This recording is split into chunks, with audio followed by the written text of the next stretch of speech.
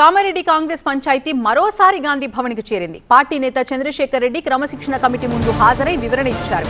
కొంతకాలంగా షబ్బీర్ అలీ, గడ్డం చంద్రశేఖర్ రెడ్డి మధ్య వివాదం నడుస్తోంది. షబ్బీర్ అలీ వల్లనే కామారెడ్డిలో 20 ఏళ్లుగా పార్టీ గెలవటం లేదని గడ్డం చంద్రశేఖర్ రెడ్డి కామెంట్స్ చేశారు. గత 20 రోజులుగా షబ్బీర్ అలీ, గడ్డం చంద్రశేఖర్ రెడ్డి 2 గ్రూప్స్ గా విడిపోయి ఒకరిపై ఒకరు కంప్లైంట్ చేసుకున్నారు. పార్టీకి నష్టం చేస్తున్నారంటూ షబ్బీర్ అలీపై చంద్రశేఖర్ కంప్లైంట్ చేశారు. అలాగే చంద్రశేఖర్ తనను తిట్టారంటూ షబ్బీర్ అలీ ఆరోపించారు.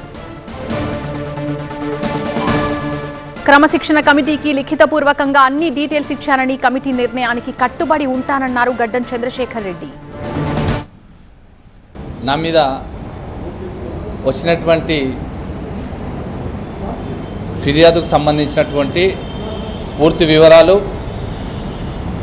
రాతపూర్వకంగా మరియు ప్రత్యక్షంగా కూడా ఈరోజు వైస్ చైర్మన్ అయినటువంటి శ్యామ్ మోహన్ సార్ గారికి పూర్తి వివరాలు సవివరంగా వివరించడం జరిగింది.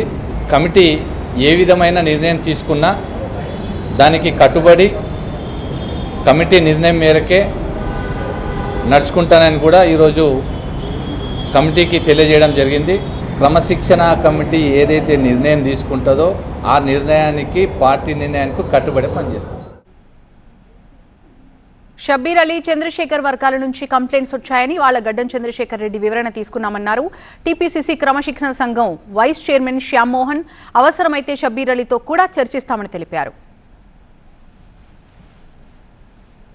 ఒక షోకాజ్ నోటీసు మేము కామారెడ్డి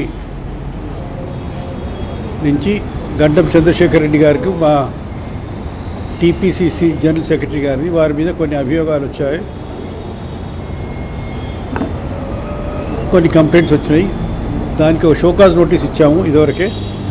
ఇవాళ వరకు రిప్లై ఇవ్వమంటే వారు వచ్చారు, వచ్చి ఇవాళ రిప్లై ఇచ్చిపోయింది. సరే, కాంగ్రెస్ పార్టీ పెద్ద సముద్రంలో అన్ని నీళ్లు కలుస్తాయి. అన్ని నీళ్ళని కలుపుకొని సముద్రం పోతూనే ఉంటుంది. కాకపోతే సముద్రం దీని వేరు దాని వేరు చేయదు. అట్లనే మేము కూడా సరే, కష్ట సుఖాలు మంచి చెడ్డలు ఉండనే ఉంటాయి.